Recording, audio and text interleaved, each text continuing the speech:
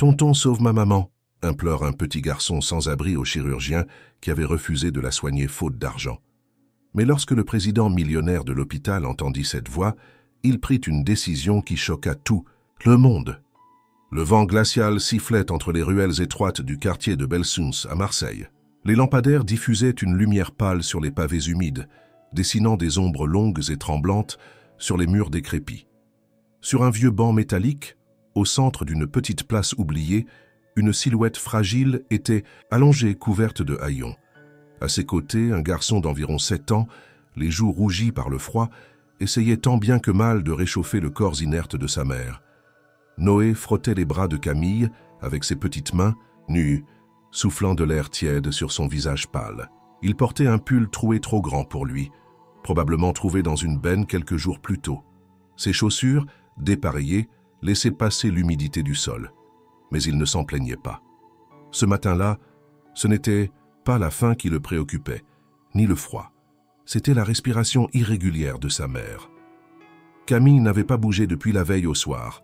Elle avait murmuré quelques mots confus, puis s'était effondrée, ses doigts crispés autour de la vieille poupée en chiffon qu'elle gardait toujours près d'elle, un vestige du passé ou peut-être un symbole de l'innocence qu'ils avaient perdue. Depuis qu'ils avaient été expulsés de leur petit studio insalubre, 3 mois auparavant, ils survivaient dans la rue. Chaque jour était une lutte pour un morceau de pain, un coin où dormir sans être réveillé par la police ou les cris d'un passant ivre. Noé avait appris à mendier, à éviter les dangers, à sourire même quand il avait envie de pleurer. Camille, elle, avait sombré peu à peu dans une fatigue silencieuse, abattue par l'humiliation, le froid et la faim. Ce matin-là, quelque chose changea dans les yeux de Noé. Il se leva lentement, caressa les cheveux emmêlés de sa mère et murmura « Bouge pas, maman. Je reviens. Je vais chercher quelqu'un pour t'aider. » Il n'avait aucune idée d'où il irait, ni de ce qu'il dirait. Mais il savait que rester là, à attendre, c'était laisser sa mère mourir. Il se mit en marche, les mains enfoncées dans les poches, évitant les flaques gelées et les regards indifférents.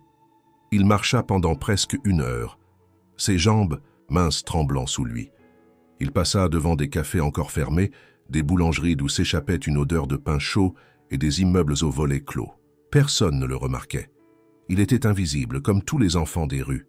Quand il aperçut enfin l'imposante façade vitrée de l'hôpital Saint-Clair, il sentit son cœur battre plus fort. C'était un bâtiment immense, moderne, aux allures de forteresse. Il s'approcha timidement des grandes portes automatiques qui s'ouvrirent dans un souffle mécanique. À l'intérieur, tout semblait lumineux, propre, ordonné. Une réceptionniste parlait au téléphone. Des patients attendaient dans des fauteuils alignés. Des infirmières passaient, concentrées, des dossiers à la main. Noé resta figé, quelques secondes, intimidé. Il n'avait jamais mis les pieds dans un lieu pareil. Personne ne lui prêta attention. Il s'avança lentement, observant les visages. Il cherchait quelqu'un qui pourrait l'écouter, quelqu'un qui n'aurait pas peur de son apparence sale et de ses vêtements déchirés. Il s'approcha d'un homme en blouse blanche qui sortait d'un ascenseur. Le docteur marchait vite, les yeux rivés sur une tablette numérique. Noé hésita un instant, puis prit son courage à 2 mains. Il se posta devant lui, leva les yeux et dit d'une voix faible mais claire « Monsieur, je peux vous parler ?» L'homme ne s'arrêta pas. Il le contourna sans le regarder. Noé le suivit de quelques pas, plus insistant. « C'est ma maman, elle est malade, elle est dehors, elle ne bouge plus. » Toujours aucune réaction. Le garçon se sentit comme une ombre. Il recula, les yeux brillants de larmes, mais ne renonça pas. Il scruta à nouveau le hall, puis s'avança vers un autre médecin, une femme cette fois, qui parlait à un collègue. « Madame, s'il vous plaît, ma maman va mourir. » Elle le vit enfin. Elle le regarda avec surprise, puis avec gêne. « Tu es seul? Où est ton tuteur ?» demanda-t-elle d'un ton prudent. Noé baissa les yeux, incapable de répondre. Elle échangea un regard avec son collègue, puis haussa les épaules. « Je suis désolé, petit. Je dois y aller. » Il était seul au milieu du hall, les regards fuyants comme des portes qui se refermaient. Mais il n'abandonna pas. Il savait que quelque part dans cet hôpital, il y avait quelqu'un qui entendrait sa voix. Il fit quelques pas de plus, titubant, jusqu'à ce qu'un autre médecin plus âgé sorte d'un couloir latéral. Celui-là portait une blouse immaculée et marchait avec autorité. Il semblait important. Noé courut vers lui, le cœur battant. Il allait parler sans savoir que ses mots allaient, cette fois, faire taire tout un couloir. Le docteur Martin Lefebvre sortait d'un bloc opératoire, les traits tirés mais le pas vif. À 60 ans, il était considéré comme une sommité de la chirurgie cardiaque en France. Il portait une blouse immaculée et des lunettes rectangulaires qui accentuaient son air sévère. Dans les couloirs de l'hôpital Saint-Clair, son nom inspirait autant de respect que de distance. Il ne parlait jamais plus que nécessaire, et sa réputation de froideur clinique était connue de tous. On disait de lui qu'il sauvait des vies comme on résout une équation, sans émotion, sans attachement. Noé le vit. Il sentit, sans comprendre pourquoi, que cet homme pouvait être celui qui changerait tout. Il courut à sa rencontre, se plaça juste devant lui, les bras levés comme pour stopper un train lancé à toute vitesse. Lefebvre s'arrêta net, surpris par l'irruption soudaine du petit corps sale et tremblant. « Tonton, s'il vous plaît, sauvez ma maman. Elle est dehors, elle respire plus très bien, elle est toute froide, » dit Noé d'une voix brisée, essoufflée. Il tendit les mains vers lui comme s'il implorait une divinité inaccessible. Le silence se fit, comme un souffle suspendu. Autour, les conversations s'étaient tues. Des infirmiers, des internes, des patients assis ou en attente tournèrent la tête vers la scène. L'enfant, les yeux rouges, les joues sales, tenait contre lui une vieille poupée en chiffon. Son visage exprimait une détresse qui n'avait pas encore appris à se cacher. Le docteur Lefebvre le regarda, d'abord surpris puis agacé. Il fit un pas de côté comme pour l'éviter. « Où est ta famille ?» demanda-t-il d'un ton dur. « C'est juste moi et maman. On dort dehors. Elle est tombée ce matin. J'ai couru jusqu'ici. Elle va mourir si personne l'aide. » La voix de Noé tremblait mais ne fléchissait pas. Il tenait bon comme un soldat en mission. La poupée tombait de ses bras. Il la ramassa maladroitement, puis continua. « On n'a pas d'argent, mais je vous donnerai tout ce que j'ai.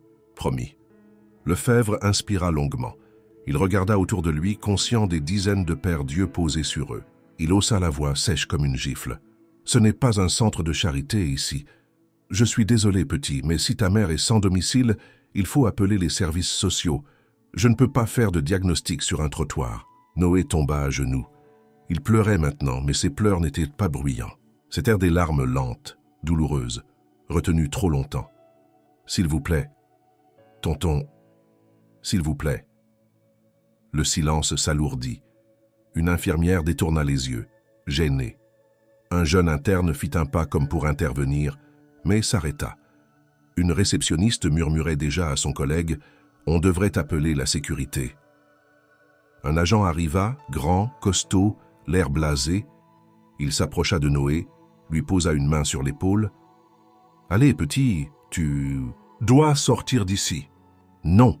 cria Noé en se débattant faiblement. « Je veux pas que ma maman meure. Aidez-la, je vous en supplie. » La scène avait quelque chose d'insoutenable. Le contraste entre l'univers aseptisé de l'hôpital et l'enfant à genoux, criant sa détresse, était trop fort. Même ceux qui s'étaient endurcis par les années de médecine ressentaient un pincement. Et c'est à ce moment précis que, du bout du couloir, une silhouette s'arrêta. Monsieur Philippe Delacroix, costume 3 pièces sur mesure, cheveux, qu'argentés soigneusement peignés, regard acéré, président de l'hôpital Saint-Clair. Il ne venait que rarement dans les étages, préférant les réunions de gestion et les salles de conférence. Mais ce matin-là, il sortait d'un rendez-vous imprévu avec un investisseur. Il n'avait pas vu l'enfant d'abord. Il n'avait entendu que la voix. Une voix d'enfant, suppliante, déchirée. Cette voix franchit en lui une barrière que le temps avait scellée depuis longtemps. Il s'approcha lentement. Les gens s'écartèrent. Lefebvre se retourna, surpris. « Que se passe-t-il ici ?» demanda Delacroix d'un ton calme, presque feutré. Le vigile se redressa. « Monsieur le Président, ce garçon est entré sans autorisation. Il dit que sa mère est malade dans la rue. Le docteur Lefebvre lui a expliqué la procédure, mais il refuse de partir. » Delacroix ne répondit pas tout de suite. Il s'agenouilla devant Noé, posa doucement une main sur son épaule. « Où est ta maman, mon garçon ?» Noé, surpris par la douceur de la voix, leva les yeux. Il vit un homme qui ne ressemblait pas aux autres. bien habillée mais les yeux tristes. Il murmura « Elle est sur un banc, là où il y a la grande fontaine. Elle bouge plus. Elle est toute froide. » Le silence était total. On n'entendait plus que les respirations. Delacroix se releva, regarda autour de lui.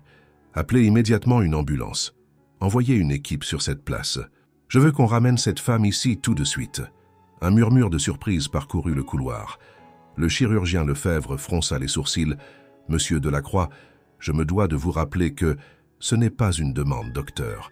C'est un ordre. » Il se tourna vers le vigile. « Et vous, si ce garçon fait encore un pas vers la sortie, ce sera votre dernier jour ici. » Il s'éloigna, laissant derrière lui un silence chargé de stupeur.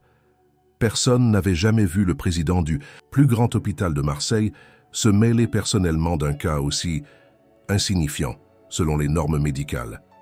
Mais ce jour-là, tout changeait. Et Noé, les larmes séchant sur ses joues sales, venait d'ouvrir une brèche dans une forteresse de glace. L'ambulance arriva moins de 10 minutes après l'ordre de Delacroix. 2 brancardiers descendirent précipitamment, accompagnés d'une infirmière urgentiste. Guidés par les indications confuses de Noé, ils trouvèrent Camille recroquevillée sur le banc glacé, les traits figés, les lèvres bleuies. Elle respirait encore, faiblement. Le froid avait ralenti son métabolisme à un point critique. Ils la hissèrent avec précaution sur la civière, protégée par des couvertures thermiques. Noé ne lâchait pas sa main, son petit corps collé contre le sien comme pour lui redonner un peu de vie par sa seule chaleur. À l'hôpital, l'agitation reprit dès leur arrivée. Une infirmière tenta de barrer l'entrée du service d'urgence, arguant du protocole et de la nécessité d'un dossier préalable. Mais le nom de Delacroix avait déjà précédé le brancard. Camille fut admise, placée dans une salle d'observation sous surveillance continue. Son pouls était faible, sa température corporelle dangereusement basse et ses fonctions vitales instables. Dans une salle adjacente, Delacroix, debout devant une grande baie vitrée, observait les mouvements du personnel avec un calme apparent. Pourtant, ceux qui le connaissaient savaient lire dans la tension de sa mâchoire, dans ses doigts crispés derrière le dos. Il ne disait rien, mais son regard brûlait d'un feu ancien, réveillé par cette scène douloureusement familière. C'est alors que le docteur Lefebvre entra, son visage fermé. Il tenait une tablette avec les derniers rapports d'admission. « Monsieur Delacroix, » dit-il d'une voix basse mais ferme, « permettez-moi de vous faire part de mes préoccupations. » Le président se retourna lentement. « Je vous écoute. » Il ne s'agit pas d'un cas médical ordinaire, c'est une femme sans domicile, sans antécédents connus, sans couverture sociale. Ce genre de prise en charge crée un précédent, et nous savons où cela mène. Si chaque personne qui entre ici sans papier ni moyens est traitée comme un patient régulier, nous serons submergés.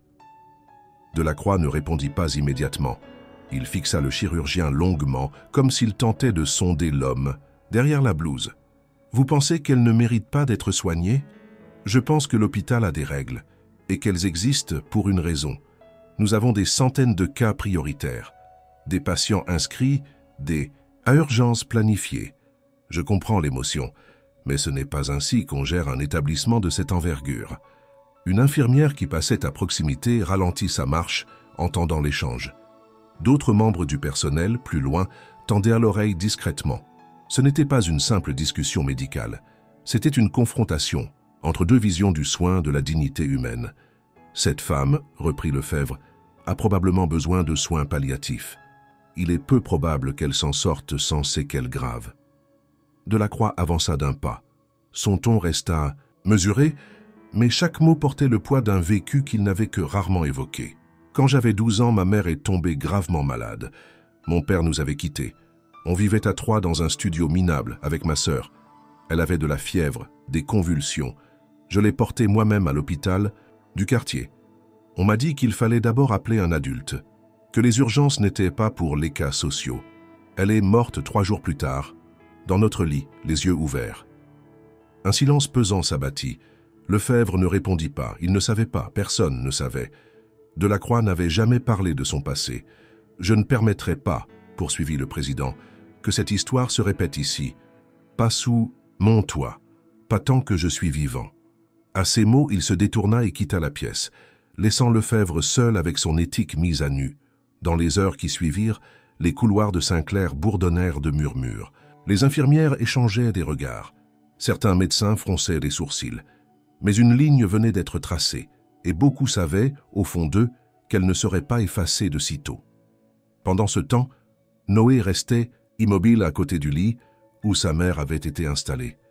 Il n'avait pas bougé depuis son arrivée. Ce n'est pas une question de capacité, c'est une question de chance, et elle n'en a presque aucune.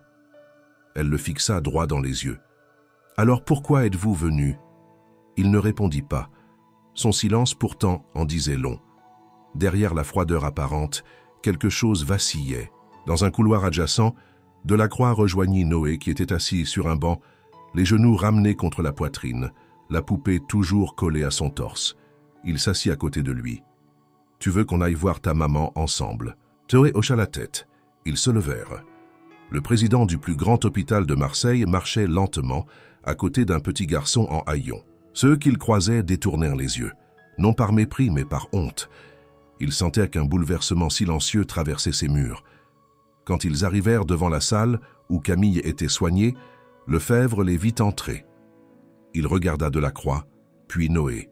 Le garçon s'avança, prit la main de sa mère et murmura « J'ai ramené le monsieur gentil, maman. Tu peux te réveiller maintenant. » Personne ne dit un mot. Même Lefebvre resta immobile, troublé. Et dans ce silence, chacun comprit que cette femme n'était plus une inconnue. Elle était devenue un symbole, celui d'un passé oublié, d'une douleur partagée, d'une humanité qu'on croyait perdue. Le lendemain, au lever du jour, l'hôpital Saint-Clair semblait identique de l'extérieur. Ses vitres immaculées reflétaient les premières lueurs du matin, les allées restaient bien entretenues et les entrées principales s'ouvraient à rythme constant pour accueillir patients et visiteurs. Pourtant, à l'intérieur, une tension nouvelle s'était installée, tapie dans les couloirs comme une ombre silencieuse. Elle s'infiltrait dans les conversations chuchotées entre les bureaux, dans les regards échangés à la cafétéria, dans les réunions impromptues de groupes de médecins autour de machines à café. Le cas de Camille, la femme sans abri, admise sur ordre direct de Delacroix, ne quittait plus aucune bouche. Certains étaient choqués, d'autres indignés. Quelques-uns, plus jeunes, manifestaient une admiration à peine voilée. Mais la majorité, emmenée par les figures les plus anciennes de l'établissement, exprimait ouvertement son désaccord. La ligne de fracture était nette entre ceux qui prônèrent la règle et ceux qui voyaient en Noé une vérité insupportable. Dans la salle des conférences médicales, le docteur Lefebvre, droit comme un mât dans son fauteuil, présidait une nouvelle réunion d'urgence. Il avait convoqué les chefs de service, quelques adjoints et 3 membres du conseil d'éthique de l'hôpital. La pièce était sobre, austère. Une lumière crue éclairait les visages tendus. « Je ne suis pas ici pour contester l'ordre du président », commença Lefebvre, le ton posé, mais pour rappeler à chacun les conséquences de cette décision. Il fit défiler sur un écran des graphiques, des chiffres, des courbes. Depuis 1 an, nos urgences ont connu une augmentation de 27%. Nos lits sont saturés, nos équipes à bout. Si cette situation devient un précédent, nous allons voir défiler des dizaines, peut-être des centaines de cas similaires. Ce n'est pas soutenable. Un murmure d'approbation courut dans la salle. Une femme d'âge mûr, responsable du service de neurologie, prit la parole. « J'ai moi-même dû reporter 3 interventions depuis hier à cause du remaniement logistique autour de cette patiente. Cela désorganise tout le bloc opératoire. » Un autre médecin renchérit. « Le geste du président est peut-être noble, mais il est dangereux. Nous devons défendre l'institution, pas des émotions passagères. » Seule une jeune femme discrète osait afficher une contrariété visible.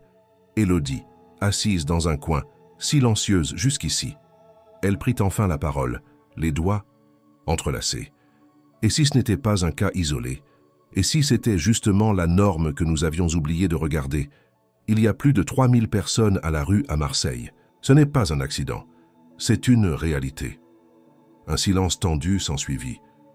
Lefebvre lui lança un regard tranchant, puis répliqua « Nous ne sommes pas des travailleurs sociaux, mademoiselle. Notre devoir est de soigner dans un cadre organisé, contrôlé, responsable. » Mais à cet instant, la porte s'ouvrit sans frapper. Philippe Delacroix entra. Il ne salua personne.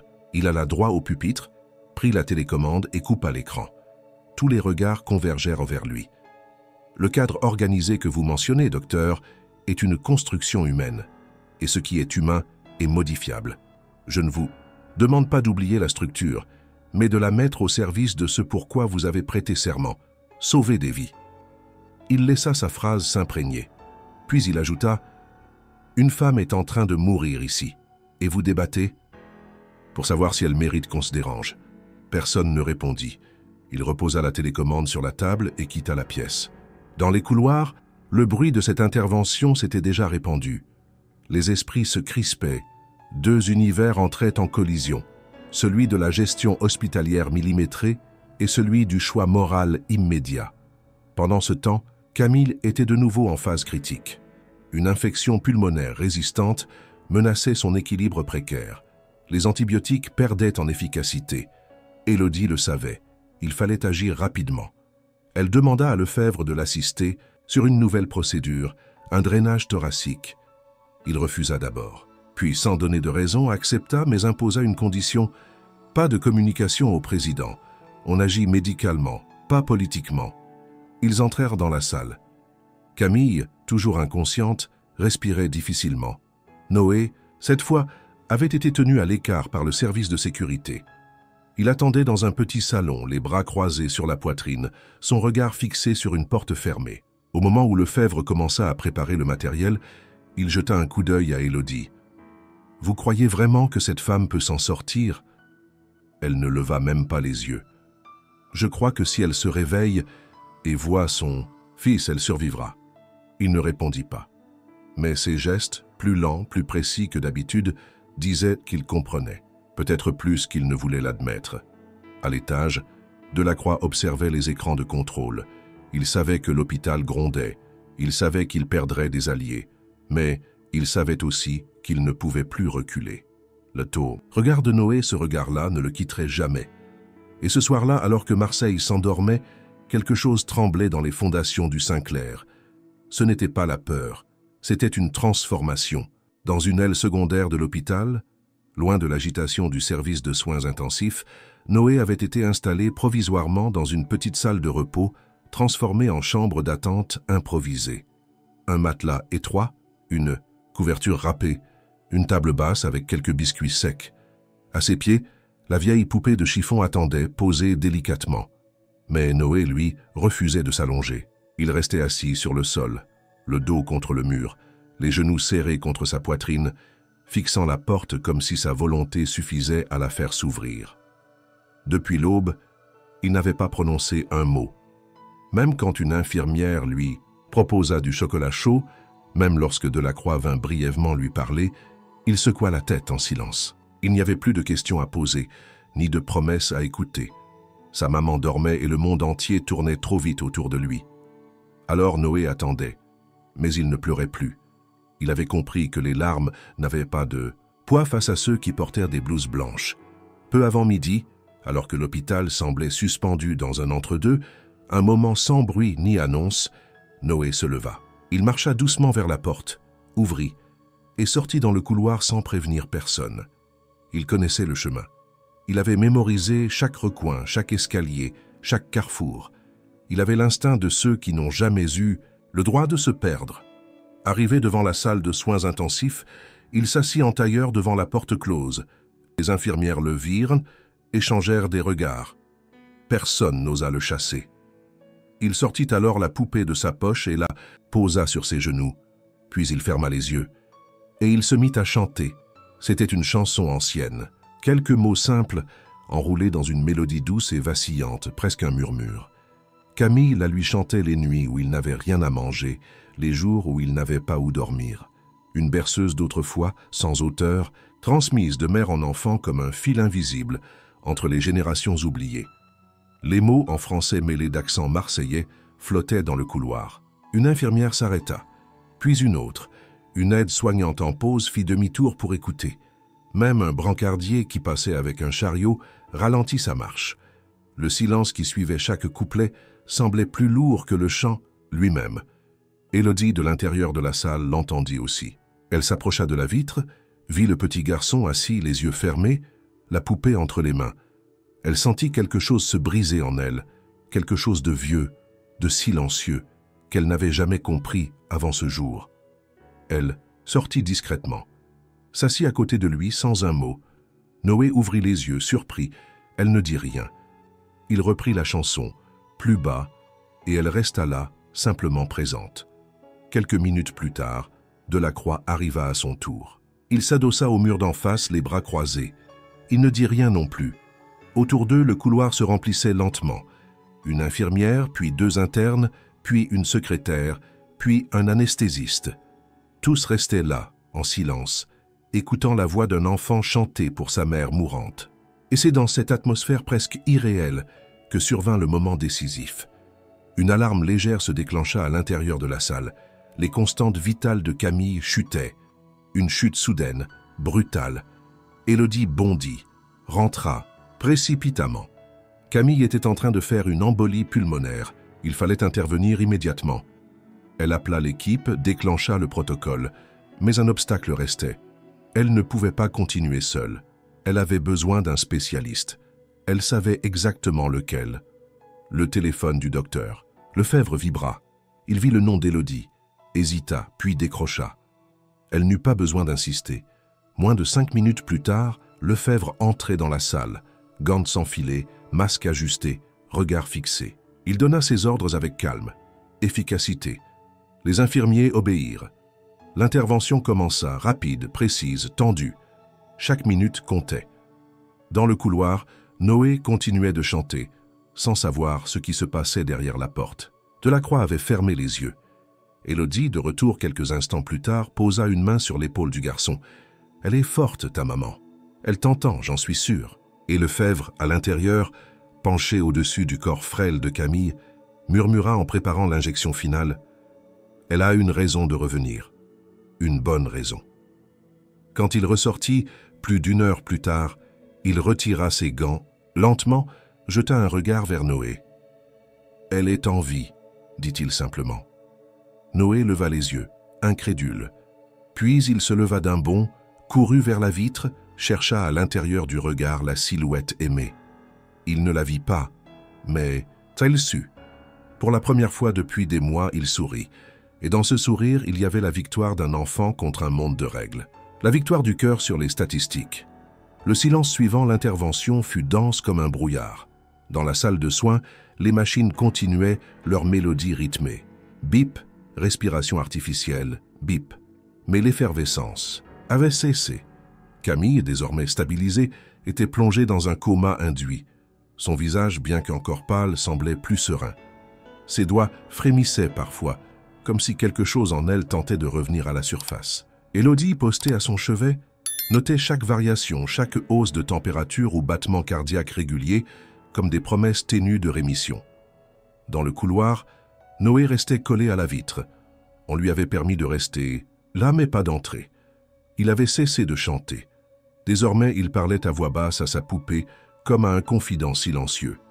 Il racontait ce qui s'était passé, posait des questions, s'inventait des réponses. Il disait que sa maman allait bientôt ouvrir les yeux, qu'elle lui raconterait un rêve, qu'il rirait. Il le disait comme on récite une prière. Delacroix n'avait pas quitté l'hôpital. Il avait déplacé toutes ses réunions. Il ne disait pas grand-chose, mais chaque décision continuait d'avoir un poids visible. Il avait demandé qu'on fournisse à Noé de vrais vêtements, un repas chaud. Il avait autorisé une infirmière à l'accompagner au petit jardin intérieur pour prendre un peu d'air. Mais Noé refusait. Il ne voulait pas s'éloigner de la porte. Il avait peur que sa mère se réveille sans lui, que son absence change. Quelque chose. Lefebvre, lui, s'était enfermé dans son bureau. Il n'avait pas parlé depuis l'intervention. Lorsqu'on le croisait, il répondait par des gestes brefs, des hochements de tête. Mais on sentait une tension nouvelle dans sa posture. Il semblait troublé. Personne n'osait l'interroger. On murmurait qu'il était en train de relire certains dossiers de patients jamais admis, de cas rejetés faute de ressources. Mais le calme n'allait pas durer. Au 2e jour de stabilisation, alors que Camille maintenait des constantes faibles mais régulières, un bruit d'alerte retentit dans la salle. Élodie, réveillée en sursaut de sa courte pause, se précipita. Camille venait d'entrer en arrêt respiratoire. Un bronchospasme violent, inattendu, provoqué par une accumulation de sécrétions pulmonaires. L'oxygène ne passait plus. Elle suffoquait, même sous assistance. L'appel d'urgence fut immédiat. L'équipe de nuit déjà en place, s'activa. On rappela Lefebvre. Une deuxième intervention se préparait. Le protocole imposait une bronchoscopie en urgence, procédure invasive, risquée sur un corps aussi affaibli. Mais il n'y avait pas d'autre choix. Noé, alerté par le changement d'ambiance, se leva, s'approcha à nouveau de la vitre. Il ne comprenait pas tout, mais il vit les regards, les gestes précipités, les appareils déplacés en hâte. Il vit surtout le visage d'Élodie, tendu comme jamais. Il tenta d'ouvrir la porte. Une infirmière l'arrêta doucement. « Tu dois rester là, mon grand. Ils font tout ce qu'ils peuvent. » Mais Noé, cette fois, ne pleura pas. Il s'assit simplement à terre, sortit la poupée de sa poche et murmura « Elle a promis. Elle a dit qu'elle allait revenir. » À l'intérieur, Lefebvre était de retour, concentré, rapide. Il dirigeait la procédure comme un capitaine, par gros temps. Chaque mot, chaque geste était suivi sans discuter. La sonde fut insérée avec précaution. Le champ opératoire, minuscule. L'équipe entière retenait son souffle à chaque instant. Camille luttait. Son corps tremblait, malgré la sédation. Le moniteur cardiaque affichait des chiffres inquiétants. Puis un sursaut, une reprise faible mais suffisante. La sonde retira un bouchon de mucus visqueux. L'oxygène recommença à circuler. Le niveau de saturation remonta, lentement, très lentement. Lefebvre, en sueur, retira ses gants et sortit sans un mot. Dans le couloir, Delacroix l'attendait. Ils se croisèrent du regard. Le médecin dit simplement « Elle tient encore ». Il fit quelques pas, puis s'arrêta. Sans se retourner, il ajouta « Ce gosse, il ne lâche jamais ».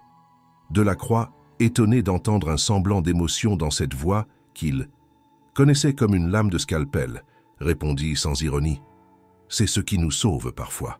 Ce qu'on n'ose plus faire, tenir. » Noé, de son côté, s'était endormi, assis, la tête contre la vitre, la poupée sous le menton. Élodie, en sortant, s'agenouilla doucement à ses côtés. Elle le couvrit d'un drap. Il ouvrit, les yeux à moitié, lui fit un petit signe. Elle dort encore, hein? Oui, mon cœur, mais elle se bat. Moi aussi, je vais me battre, jusqu'au bout. Et dans cette nuit calme, dans ce couloir éclairé faiblement, un enfant s'endormit en veillant une guerre invisible. Et tout un hôpital, qu'il le veuille ou non, veillait avec lui. La nuit était tombée sur Marseille, recouvrant l'hôpital Saint-Clair d'un voile paisible et trompeur. Dehors, les rues bruissaient d'un calme apparent. Mais à l'intérieur, dans le bloc opératoire du service de soins intensifs, la tension n'avait pas quitté les murs. Camille avait survécu à une seconde crise. Son état demeurait critique mais stable, et pour la première fois depuis des jours, les machines montraient une lente amélioration. Pourtant, personne n'osait parler de victoire. Pas encore. Noé dormait, recroquevillé dans un fauteuil trop grand, une couverture jetée sur ses épaules, la poupée serrée contre lui. Le couloir était silencieux, à peine troublé par le cliquetis lointain d'un chariot de nuit. Les lumières tamisées donnaient au lieu une atmosphère irréelle, presque sacrée. Dans la salle d'observation attenante à la chambre de Camille, une pièce vitrée réservée aux interventions d'urgence ou au suivi post-opératoire, Lefebvre se tenait debout. Il observait en silence le corps endormi de la patiente, ses bras fins sous les draps, les fils, les tubes, les électrodes. Il n'y avait rien de spectaculaire dans cette scène, mais quelque chose le retenait. Il était resté là de longues minutes, immobile. Puis, sans prévenir, Delacroix entra. Il referma la porte doucement derrière lui. Ni l'un ni l'autre ne parla tout de suite. Ils restèrent un instant côte à côte, regardant le même point comme deux soldats revenus d'un champ de bataille silencieux. C'est Delacroix qui rompit le silence. Elle s'accroche. Lefebvre hocha lentement la tête. « Vous savez pourquoi je vous ai fait appeler cette nuit ?» demanda le président. Le médecin, sans quitter des yeux la patiente, répondit « Parce que j'étais le seul à pouvoir tenter quelque chose. »« Non, parce que je voulais voir si vous étiez encore capable de faire ce que vous avez oublié. » Lefebvre se tourna lentement vers lui. « Je n'ai rien oublié, je soigne, toujours. Je respecte les protocoles, les priorités. »« Non, Martin. Vous appliquez des règles, vous calculez les risques, vous triez. Mais soigner, ce n'est pas ça. Soigner, c'est écouter un garçon supplier pour la vie de sa mère et comprendre que parfois, une seule exception peut redéfinir un monde entier. » Un silence lourd suivit. Puis Lefebvre murmura, presque malgré lui, « Il me rappelle moi, À 6 ans, j'ai supplié un médecin de ne pas laisser mon père mourir dans un couloir. Il m'a dit qu'il était trop tard. Il avait raison. Mais j'ai passé ma vie à me dire que j'aurais pu insister plus fort. Delacroix se tourna vers lui, surpris. Ce souvenir, il ne l'avait jamais entendu. Il comprit soudain que la froideur de Lefebvre n'était pas un bouclier contre les autres, mais une armure forgée contre lui-même. « Alors vous savez ce que c'est d'être impuissant », dit Delacroix. Lefebvre acquiesça. « Et c'est pour ça que je ne crois plus au miracle. »« Ce n'est pas un miracle, » répondit Delacroix. « C'est un enfant qui nous a forcés à nous regarder dans un miroir, et nous n'avons pas aimé ce que nous avons vu. » Il fit quelques pas, puis ajouta plus bas, « Si cette femme meurt, vous ne travaillerez plus jamais ici. » Lefebvre ne réagit pas immédiatement. Puis il déclara sans agressivité, « Vous me menacez, Philippe ? Non, je vous libère. Si elle meurt, vous retournerez dans vos statistiques, vos chiffres, vos règles, et vous oublierez ce que vous avez vu dans les yeux de Noé. » Lefebvre se retourna enfin. Son regard était différent, plus calme mais aussi plus clair. Il avait vu dans les propos de Delacroix non une injonction, mais une vérité qu'il n'osait plus formuler. Il avait cessé d'espérer. « Elle ne va pas mourir, » dit-il, presque pour lui-même. Delacroix fit un signe de tête et quitta la pièce.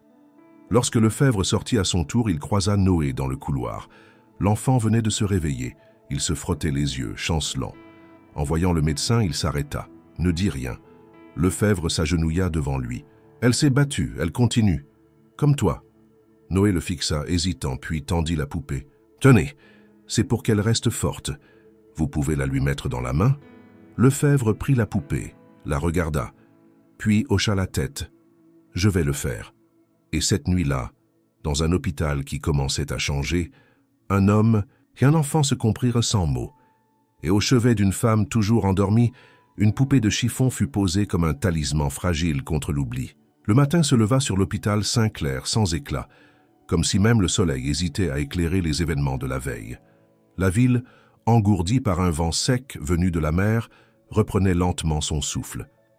À l'intérieur du bâtiment, la lumière pâle filtrant à travers les grandes baies vitrées n'apportait ni chaleur ni réconfort. Elle éclairait simplement la réalité brute.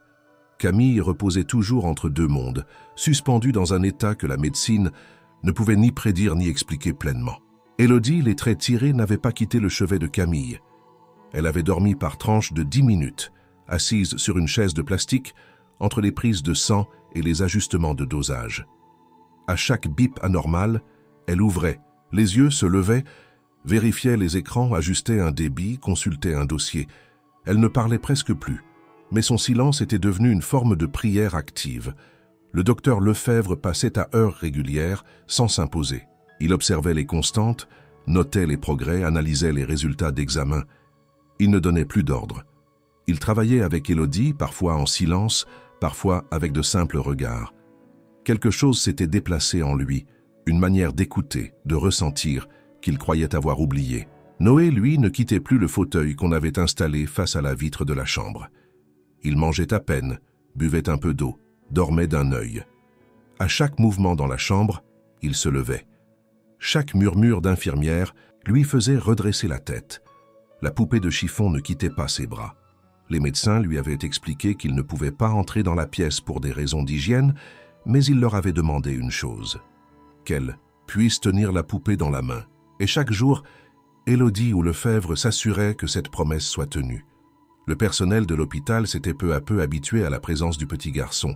Certains, au début méfiants, avaient fini par lui apporter discrètement des friandises, des couvertures supplémentaires.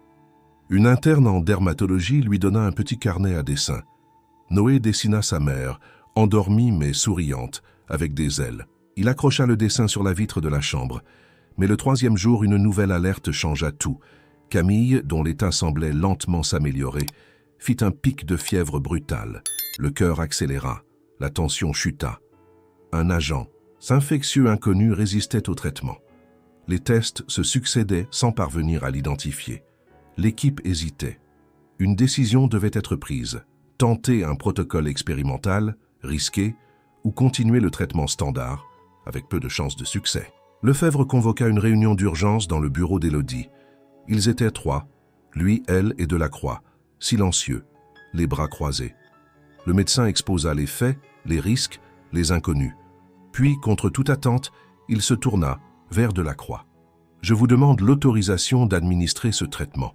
Il est encore en phase d'évaluation. Il n'a pas été validé dans tous les protocoles européens.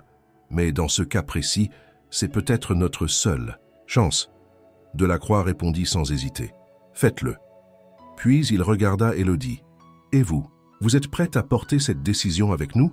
Elle hocha la tête. Elle a survécu à tout jusqu'ici. Elle mérite qu'on se batte jusqu'au bout. Le traitement fut lancé dans l'heure. Une injection lente, surveillée, en temps réel, millimètre par millimètre. Le service fut bouclé, les visites suspendues. Noé, averti, attendait de l'autre côté de la vitre, la gorge nouée. Il ne chantait plus. Il ne parlait plus. Il regardait seulement, fixement, comme s'il pouvait transmettre à sa mère tout ce qu'il n'arrivait plus à dire. Les premières heures furent instables. Les constantes montaient, descendaient, oscillaient dangereusement. Puis, à la fin de l'après-midi, quelque chose changea. Le cœur ralentit. La fièvre baissa, l'oxygène remonta, les chiffres se stabilisèrent. Et, soudain, un clignotement différent sur l'un des moniteurs. Un mouvement léger de doigts, infime, presque imperceptible. Élodie s'approcha, vérifia les réflexes. Les paupières de Camille frémirent. Lentement. Très lentement. À l'extérieur, Noé se leva d'un bond. Il avait vu, il avait compris. Il colla son visage contre la vitre. Élodie se retourna vers lui, sourit. Il posa sa main sur la vitre, les yeux brillants. « Elle revient », murmura-t-il. Lefebvre, à quelques pas, ferma les yeux une seconde, puis, sans un mot, quitta la pièce. Delacroix, debout dans le couloir, regardait le garçon. Et dans ce moment suspendu, où la vie reprenait doucement le dessus, il comprit que tout ce qu'il avait construit ne valait rien s'il n'était pas capable de faire battre à nouveau un cœur qui avait cessé d'espérer. Le lendemain matin, l'hôpital tout entier semblait respirer au rythme d'une attente suspendue. La nouvelle s'était répandue comme une traînée de poudre discrète. Camille avait ouvert les yeux. Elle n'avait pas parlé ni bougé, mais elle avait émergé du coma. Une clarté nouvelle s'était installée dans ses pupilles. Un signe infime mais incontestable qu'elle revenait à elle. Pour le personnel, ce fut un choc. Pour certains, une victoire médicale. Pour d'autres, un rappel douloureux que ce qu'ils avaient tenté d'éviter, l'implication émotionnelle, était parfois inévitable. Élodie, bouleversée mais concentrée, avait immédiatement mis en place un protocole de surveillance post-réveil. Lefebvre, toujours silencieux mais de plus en plus présent, ajustait les traitements avec une précision clinique, sans plus émettre d'objection. Il était là, et c'était suffisant pour comprendre que quelque chose en lui avait basculé définitivement. Delacroix, lui, passait chaque jour à heure fixe. Il ne disait pas grand-chose à Camille. Elle n'était pas encore en état d'interagir, mais il restait quelques minutes à ses côtés, immobile. Il posait parfois une main sur le lit, comme pour transmettre sans un mot toute la promesse d'un avenir qui, jusque-là, semblait hors de portée. Mais ce fut Noé qui bouleversa tout à nouveau. On lui avait enfin permis d'entrer brièvement, vêtu d'une blouse, masqué, mains lavées à plusieurs reprises.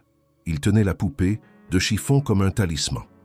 Lorsqu'il vit sa mère les yeux ouverts, même embué, même confus, il s'approcha à pas minuscules. Il ne pleura pas. Il s'agenouilla simplement au bord du lit et murmura « Maman, je suis là. Je t'ai trouvé. » Camille cligna lentement des yeux. Elle tenta de parler, mais sa voix était à peine un souffle. Les larmes coulèrent, sans bruit de ses tempes. Ses doigts cherchèrent faiblement quelque chose. Noé posa la poupée dans sa main. « Elle a veillé sur toi, comme moi. » Élodie et une infirmière, en retrait, regardèrent la scène, les yeux embués. C'était une image qu'elle n'oublierait jamais. Mais à peine une heure après ce moment d'apaisement, un incident inattendu secoua l'hôpital. Noé avait disparu. Une infirmière venue lui apporter un jus de fruits avait trouvé la chambre vide. Aucune trace du garçon. Les services de sécurité furent immédiatement alertés. On vérifia les couloirs, les sorties, les caméras. Personne ne l'avait vu sortir. Personne ne l'avait arrêté. L'agitation monta vite. Élodie interrompit sa garde. Delacroix accourut, inquiet. Même Lefebvre, resté au bloc, fut informé. Ils fouillèrent les étages, les escaliers, les locaux techniques. Ils alertèrent la police. Le nom de Noé résonnait dans les radios internes. Des affiches furent imprimées à la hâte. Chaque minute d'attente devenait insoutenable. Mais c'est une femme de ménage, Nadège, qui le trouva finalement. Dans le sous-sol, dans le dépôt de linge, entre deux étagères remplies de draps pliés, Noé dormait profondément. Il était allongé sur un vieux matelas roulé, la poupée contre sa joue, les bras autour de son carnet de dessin. Nadège, émue, ne dit rien tout de suite. Elle s'agenouilla, posa une couverture sur lui, caressa doucement ses cheveux. Noé ouvrit les yeux lentement, surpris, puis sourit faiblement. « Je voulais être sûr que maman me trouve si elle me cherchait. Alors j'ai cherché un endroit qui ressemble à la maison. » Delacroix arriva peu après. Lorsqu'il le vit ainsi, minuscule, endormi entre les draps, il sentit quelque chose se rompre en lui. Il s'approcha, le prit doucement dans ses bras. Noé ne protesta pas. Il s'y accrocha, comme s'il l'avait attendu depuis toujours. Ils remontèrent ensemble, en silence. En passant par le hall, plusieurs membres du personnel s'arrêtèrent. Certains applaudirent discrètement. D'autres souriaient. Une infirmière versa une larme. Même Lefebvre, qui observait depuis l'étage supérieur, resta un long moment immobile. Lorsqu'ils arrivèrent de nouveau dans la chambre de Camille, Noé s'assit à côté d'elle. Elle tourna faiblement la tête, le vit, et cette fois, ses lèvres articulèrent un mot. « Noé !» Ce fut tout. Mais ce fut l'essentiel. Le lendemain, pour la première fois depuis le début de cette histoire, Delacroix convoqua une conférence de presse. Les journalistes s'installèrent, curieux. Le logo de l'hôpital brillait derrière lui. Il parla peu, mais ses mots résonnèrent fort. À partir de ce jour, l'hôpital Saint-Clair inaugure un nouveau programme d'accueil et de soins pour les personnes sans domicile. Une unité d'écoute, de soins et de dignité. Elle portera un nom simple, celui d'un enfant qui nous a rappelé que la médecine commence là où on tend la main, l'unité Noé. Une vague de murmures parcourut la salle. Des questions fusèrent. Delacroix les ignora. Il descendit du podium, laissait derrière lui un monde qui, désormais, ne serait plus tout à fait le même.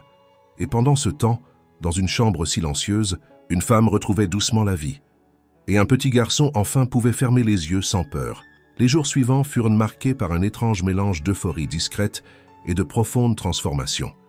L'annonce publique faite par Philippe Delacroix n'était pas restée lettre morte. Dès le lendemain, des journalistes avaient envahi l'entrée principale du Saint-Clair, espérant apercevoir le garçon qui avait inspiré tout un hôpital. Mais Noé n'apparaissait jamais. Delacroix, fidèle à sa parole, le protégeait. Camille, elle, poursuivait sa lente convalescence dans une chambre plus calme, à l'abri des regards. Le Unité Noé devint rapidement plus qu'un projet.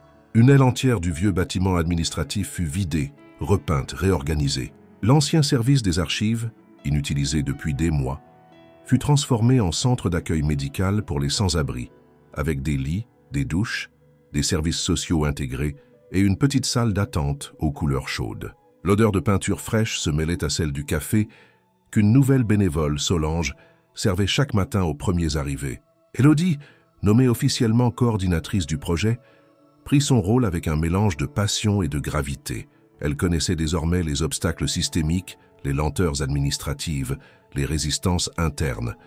Mais elle avait aussi vu de ses propres yeux ce que signifiait se battre pour une vie que personne ne regarde, et elle refusait d'oublier. Camille, affaiblie mais lucide, reprenait peu à peu le contrôle de ses gestes, de sa voix, de sa mémoire. Elle demandait régulièrement à voir Noé, mais les médecins insistaient sur la nécessité du repos. Alors il venait chaque jour, s'asseyait près de la porte et lui parlait à travers la vitre. « Maman, l'hôpital a une maison maintenant. Ils disent que c'est pour les gens comme nous. Mais je leur ai dit qu'on n'était pas comme. On était juste nous. » Elle souriait. Son sourire, bien que fragile, était une victoire quotidienne. Lefebvre, lui, se faisait plus discret. Mais ses gestes trahissaient son changement intérieur. Il s'était porté volontaire pour assurer une demi-journée par semaine à l'unité Noé. Il ne l'annonçait pas, n'en parlait pas. Il venait, simplement, en blouse comme les autres, prenait les dossiers, auscultait les patients. Il écoutait plus qu'il ne parlait. Parfois, il s'arrêtait en sortant, regardait les bancs de l'accueil et restait là, sans bouger, comme s'il cherchait encore à comprendre ce qu'il avait manqué. Delacroix, de son côté, s'impliquait plus qu'il ne l'avait jamais fait depuis la fondation de l'hôpital. Il assista à chaque réunion de mise en place de l'unité. Il fit venir des avocats pour aider à la régularisation des sans-papiers, des psychologues spécialisés dans le traumatisme de la rue, des associations locales pour créer des passerelles entre soins et réinsertion. Un jour, il invita Camille à une discussion. Elle avait repris suffisamment de force pour marcher, bien que lentement, aidée d'une canne. Dans son bureau, il lui parla comme il ne l'avait fait avec personne d'autre depuis longtemps. « C'est votre fils qui a changé tout ça, mais c'est vous qui avez tenu. Vous n'avez rien demandé.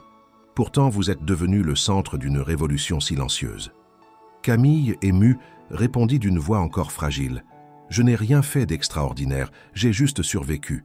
C'est lui, Noé. Il a crié quand moi je ne pouvais plus. » Delacroix lui tendit une lettre, une proposition d'emploi, à la blanchisserie de l'hôpital, horaires aménagés, salaire modeste mais fixe, un début. Elle hésita, puis signa, avec une main qui tremblait encore, mais un regard sûr. Quelques jours plus tard, Noé reçut un cartable neuf, des cahiers, des crayons. Il fut inscrit dans une école publique proche, avec l'aide de l'assistante sociale du Saint-Clair. Le matin, il partait à pied avec sa mère jusqu'à la grille. Elle le laissait, puis faisait le trajet inverse pour rejoindre son poste. Leurs horaires s'ajustaient, comme les rouages d'une horloge nouvelle. Un matin, alors que Noé entrait dans la cour de récréation, il se retourna. Camille, debout à quelques mètres, le regardait, le cœur plein.